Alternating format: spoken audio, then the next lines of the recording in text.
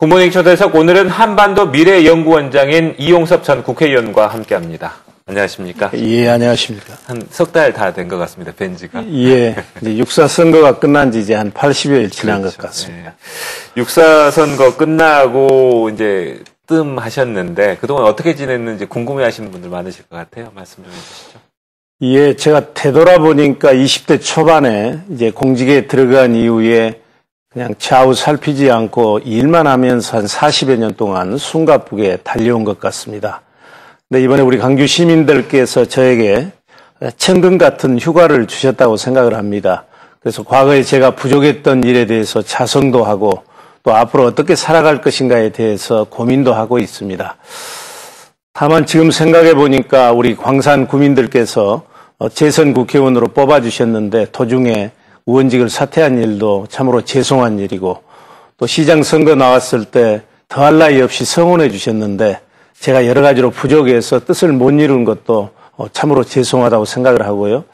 그래서 이번에 주신 휴가 기간 동안에 재충전해서 더 크고 더 강하고 더 튼튼한 그런 정치인이 되도록 노력을 하겠습니다. 네. 시간이 지나긴 했지만 선거 이야기 좀 여쭤보겠습니다. 예. 김한길, 안철수 두 대표가 이 730 재보선 그 패배에 책임을 지고 이제 대표직에서 물러났습니다. 730 재보선 참패의 가장 큰 원인 무엇이라고 보십니까? 저는 여러 가지가 있지만 안철수, 김한길 두 대표의 밀실 전략 공천, 낙하산 공천 때문이라고 생각을 합니다. 정부 여당이 더할 나위 없이 국정을 실패했기 때문에 도저히 질 수 없는 선거, 져서는 안 되는 선거였습니다만 김한길, 안철수 두 대표가 독선적으로 당을 운영하고 또 밀실에서 전략 공천하다 보니까 그야말로 4대 11이라고 하는 엄청난 패배를 가져왔습니다. 그래서 실은 사회를 움직이는 근본은 도덕이고 사람을 움직이는 근본은 양심이라고 생각을 합니다.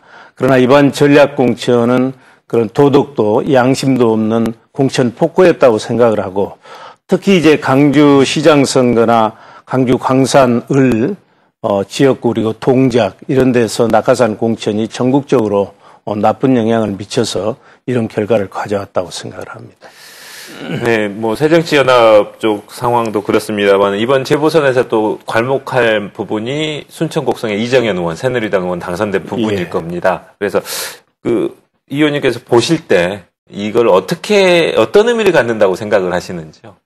이번 보궐선거가 끝나고 나서 많은 분들이 이제 호남의 정치 1번지는 광주가 아니고 순천 곡성이다 이렇게 얘기하신 분들도 계시고 또 이정현 의원 당선에 대해서 민주당을 열렬히 지지하신 분들 중에서도 박수를 보내고 계신 분들이 많이 있습니다.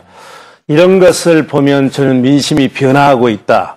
이런 걸 읽을 수가 있고요. 그렇다면 만약 순천 곡성에서 이정현 의원이 아니고 다른 사람이 나왔어도 당선이 됐을까?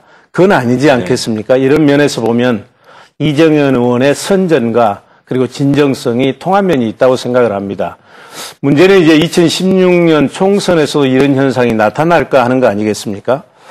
그러나 분명한 것은 새정치민주연합, 민주당이 과거처럼 어렵고 힘들 때는 광주에 내려와서 민주당의 심장이다, 어머니다 이렇게 얘기하면서 지원을 요청하고 또 살만하고 공천 때가 되면 자기 사람 심는 식으로 공천을 한다면 저는 제2, 제3의 이정현이 얼마든지 나올 수 있다 이렇게 생각을 합니다. 광주 전남 지역민들의 마음을 대변해 주시는 말들이 후련하기도 하네요. 그런데 지금 이제 또 새정치민주연합에서도 호남 정치인들의 역할이나 입지가 굉장히 미흡한데 이 호남의 정치적 복원을 위한 해법 무엇이라고 보십니까? 저는 한마디로 호남에서 새정치민주연합의 독점 체제가 무너져야 된다고 생각을 합니다. 지난 40여 년 동안 민주당의 독점 체제가 호남에서 유지되면서 소수의 정치인들은 혜택을 받지만 나타난 것은 세 가지였습니다. 하나는 정치적으로 소외되고 경제적으로 낙후되고 그리고 우리의 유능한 인재들이 중앙에서 배제됐습니다. 그렇기 때문에 그리고 이렇게 어찌 보면 지금 전국이 혼란스럽고 위기지 않습니까? 호남 정치인들이 아무런 역할을 하지 못하고 있고 또 이번 보궐선거에서 졌던 것도 호남인들의 적극적인 뒷받침이 없었기 때문에 그랬다고 생각을 합니다. 그래서 앞으로 호남에서 민주당의 독점 체제가 무너지면 저는 많은 긍정적 효과가 있으리라고 생각을 합니다. 우선 첫째로 생각할 수 있는 것은 시민들의 선택권이 확보됩니다. 그렇게 되면 이제 정치인들이 개파에 줄 서거나 이런 것보다는 시민들과 소통하려고 하고 시대 하두에도 신경을 쓰고 이렇게 달라질 것이거든요. 그렇게 되면 민주당도 이제 막대기만 꼽아도 당선된다는 등식이 성립되지 않기 때문에 공천 혁신이 일어나고 괜찮은 사람들을 공천하게 될 것입니다. 이것도 매우 긍정적인 저는 효과라고 생각을 하고요. 그리고 그동안에 이제 호남에서 몇 선을 했다 해도 중앙에 가면 별로 알아주질 않았습니다. 무조건 당선되기 때문에.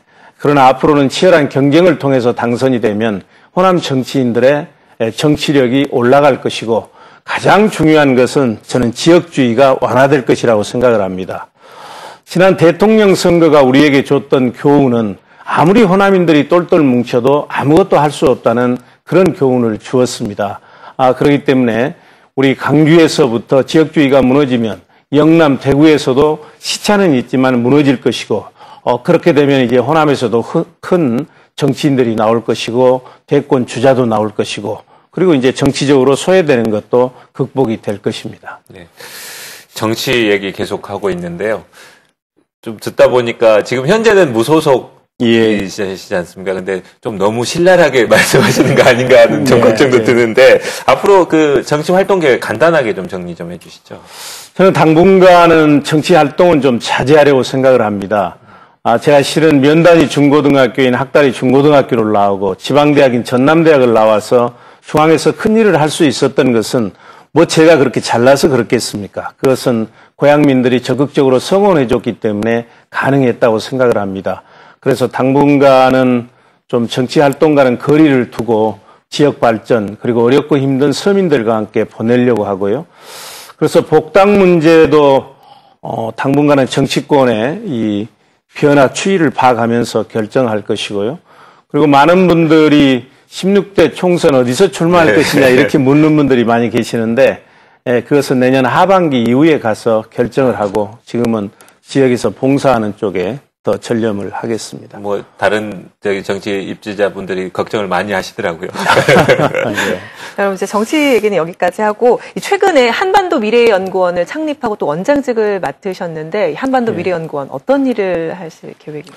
예, 한반도 미래연구원을 창립했는데 많은 분들이 강주에서 한반도 미래연구원 좀 잘 안 어울린다 이런 말씀을 하시더라고요. 예를 들면 호남발전연구원이랄지 강주발전연구원 하면 괜찮은데 저는 근데 이렇게 생각을 했습니다.